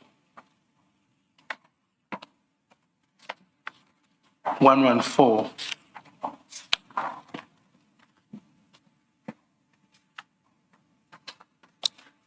at the bottom there are engagements. At the last message, this is from CFO. He says, just finished. What time do you think you can be this side? You think I can get a bank account in the meantime? I don't want to delay any further. And then at the following page, then he then also says, let's meet. Correct. Correct. So, and then go to 117.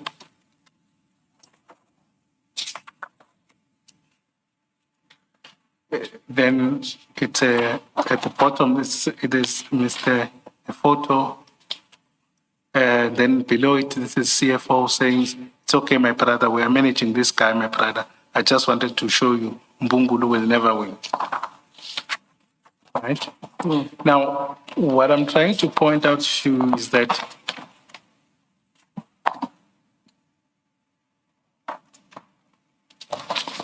they seem to have some interaction between them. And because it seems to have some access to the CFO of some nature. Another example of their close relationship is graphic at page 125. Towards the bottom there, it's at 18 February, where he says, Mfwetu, I was thinking of you. That's again a very close relationship that we'll see. But I want us to then go towards February, towards March. So.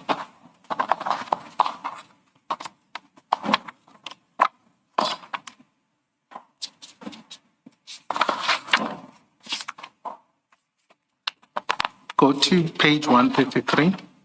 133. I'm there.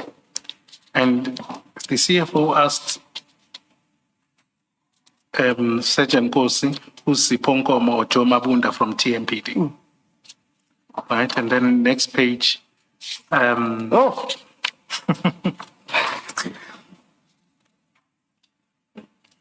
Would that be yourself? Where does he get the photo of me? My apologies, commissioners. I'm just now shocked to see there's a photo of me. Is that Sipo? Yes, and this is the day, I think it's the second day that I'm at Tshwane Metropolis, where I called all the seniors in my boardroom and I introduced myself. Second or the third day, this is where this photo is stemming from. I see. Yes, so yes, this is Brigadier Sipo Sebastian Nkomo. Yeah, I introduced myself as the new commissioner. I called all of them into the boardroom so that they can not see me through an email or messages. I wanted them to meet me in person. So this photo is from 2023. Okay, and then Joe Mabunda, the following page at at page 136. And there? This is the investigation that Celia's Brink talks about. I think we referred to it about one of the suppliers, about the investigation into a security tender. Do you know anything about this? No, I don't. Okay. As you can see, it is from a political party. Okay, that's fine. Then go to 141. I'm there. Thank you. At the top, we start with a lot of calls between the two of them. But then towards the bottom, the second last, the CFO says is General winning. Do you know General by any chance? Who do they refer General as? I don't know if it's a general in South African Police Service, because we do not have generals in Tshwane Metropolis or in the Metropolis. We've got commissioners and Correct. deputy commissioners. So. No, that's fine. I think the I testimony. think, if I'm not mistaken, I think what was revealed in the evidence was that between Mr. Mnisi and Sergeant Gosi, the general was Deputy Commissioner Mashi. Dlamini. Mashi, yes. I was going to just put it because I'm going to juxtapose it later on. Yes. He is on a general, he is on a rank of a major general. And I'm not suggesting that that was the official, but when they communicated, when they said general, they were referring to I understand. to Deputy Commissioner Dlamini. I understand. Yeah. And do you know if, just out of curiosity, whether there was any relation between Omashi Dlamini and the CFO? Do they know each other? Do you know? No relationship that I am aware of. Okay. On several occasions, even in the management meeting, if there's a matter, then I'm the one that liaising with the CFO, because remember, we are Section 56 appointees. Okay. So, no, there's no relationship. Yes, in terms of his administrative support function, he will deal with, obviously, with the CFO's departments, and if he's acting in my state, then definitely will liaise with the CFO. But no relationship that I'm aware of openly, definitely not. No, that's fine. Thanks. We start to see, this is now in March 2025.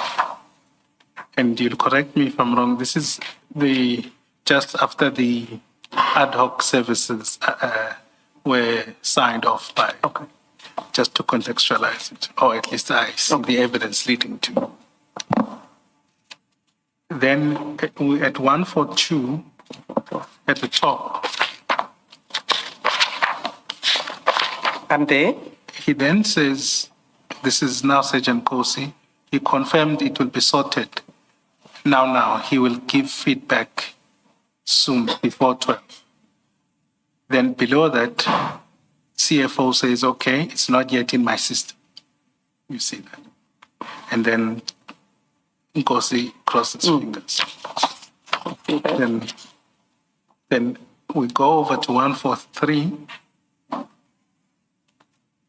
At the top, there's a message where he says, he said he won't disappoint. I see that message. Below that, CFO says, thanks, Mfoitu. And then below that, says, morning, Captain. This is a forwarded message, and I'll locate it. Please just confirm from Mfoitu Uguti I'm processing the issue, and I've spoken to Kane and Vusi also to increase the target value as the amount is a bit higher, and as soon as all of them are released, I will let you know for his intervention to ensure that Tommy makes payment urgently. You see, this is an engagement about money. I can see payment. that, definitely. Correct. Do you know of Kane and Vusi? I don't know who's the captain, because he's greeting morning, Captain.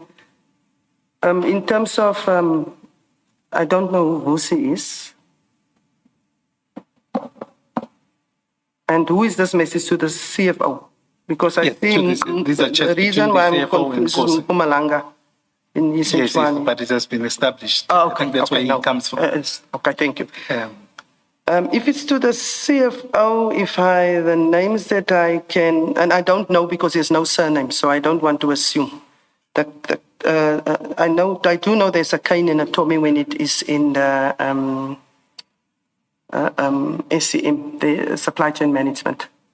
The Vusi, because there's lots of Vusi, so I don't know really, so I don't want to now assume.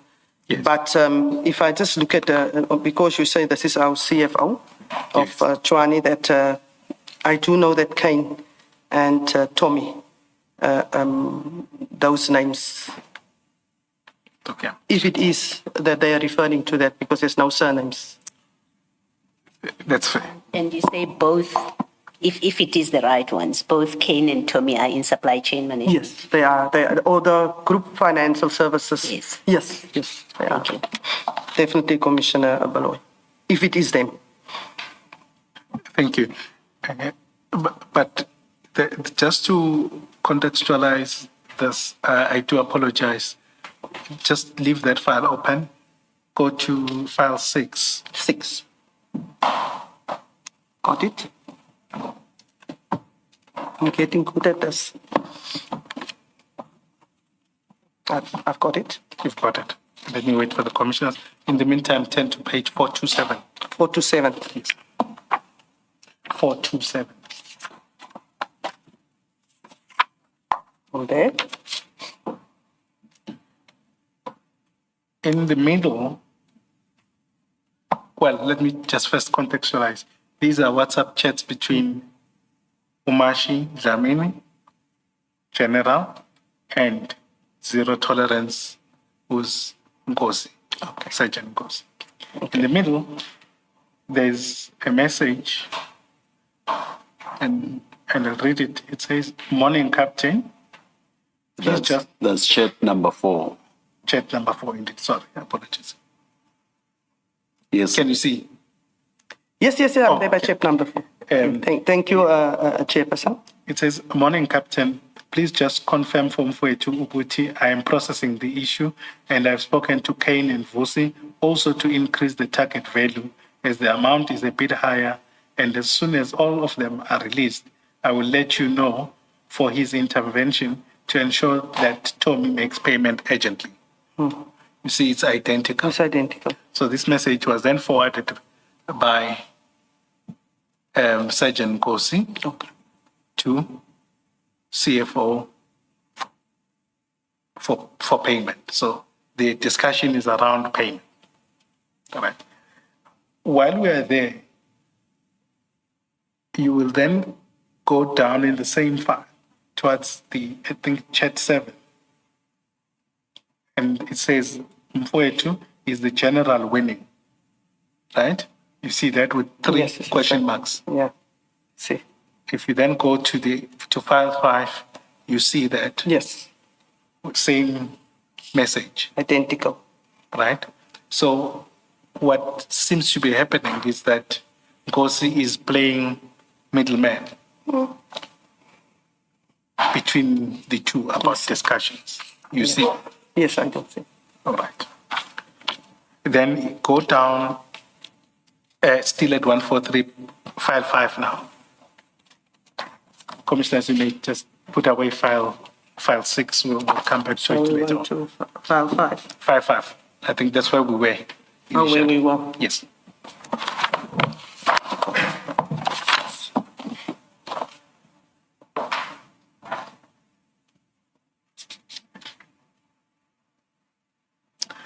Then the second last message from Sergeant Ngozi is, yes, we have won, busy with creating requisitions and at the same time releasing them in order for buyers to create POs.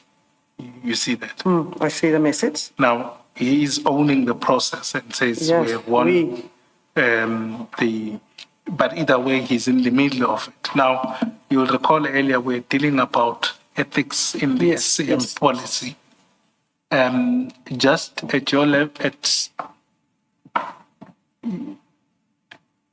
would you say that Sergeant Ngozi has any role to play in these discussions? Definitely not. So isn't Sergeant Nkosi from the South African Police Service? Yes, it is. He is not the employee of the City of Tshwane or supply chain management. No, I fail to understand what is his role. Okay. But then it would be a problem if that was the case. Yes, definitely. Okay. What it would also highlight is that within the TMPD, there is a problem.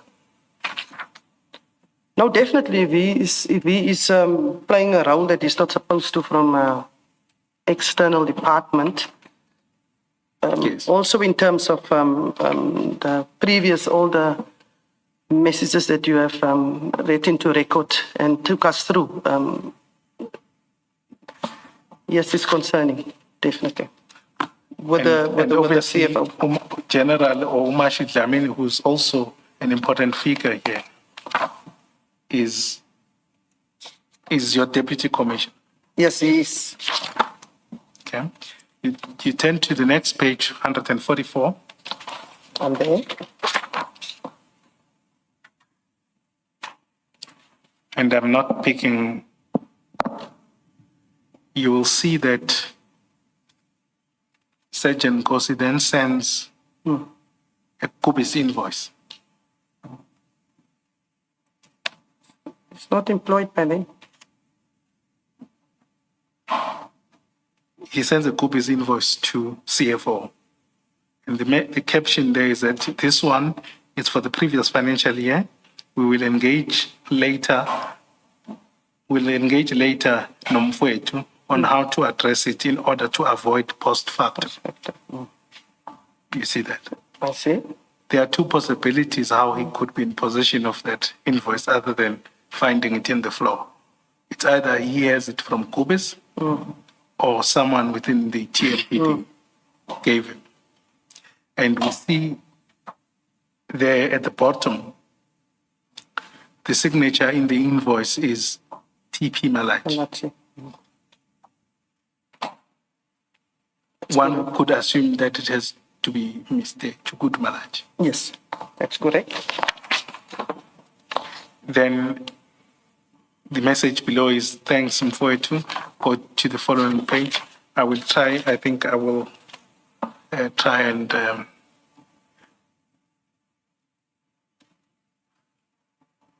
the next at the top, there's a message, evening captain. You see that? Yes, I do. Right?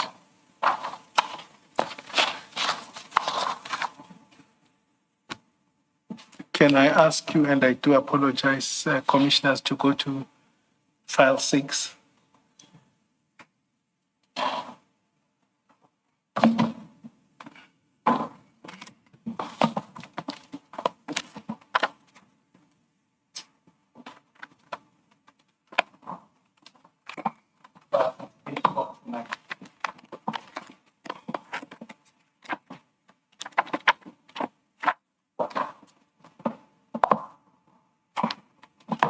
Just again, sorry. 429. 429, apologies. Got it. At the top, it's chat 1.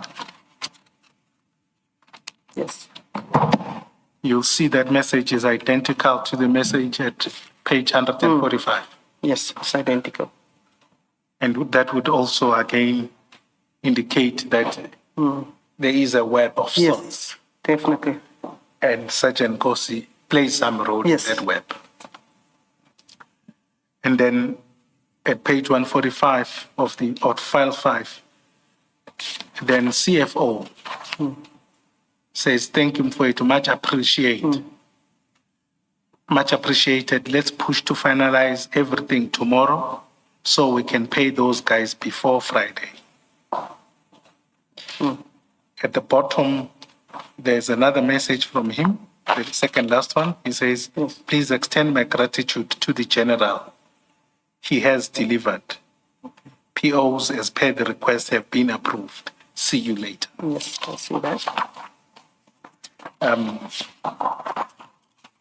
That's just on that segment.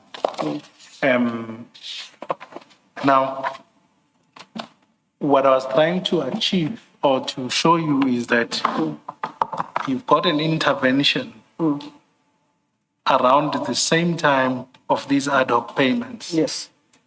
Where there was a request for funding, but there is this, it may be or may not be related, but you've got Kubis being central here, and also their invoice is being processed, so to speak. Definitely. And you've got someone external that is that seems to be the facilitator. And just to avoid any waste of time, Sergeant Kosi did come and testify and didn't dispute that he did play some role in assisting in the processing of payments, but it may be from the fact that it out of his nobility, not anything. What we then go to is the relationship between, we're still going to come to this file, is the relationship that I'd like us to go through with your employee or your deputy commissioner and Sergeant Nkosi. That's in file 6. May we at this point just take a quick comfort break? Let's adjourn. Our spokesperson will indicate when we're coming back. It won't be long. Let's adjourn.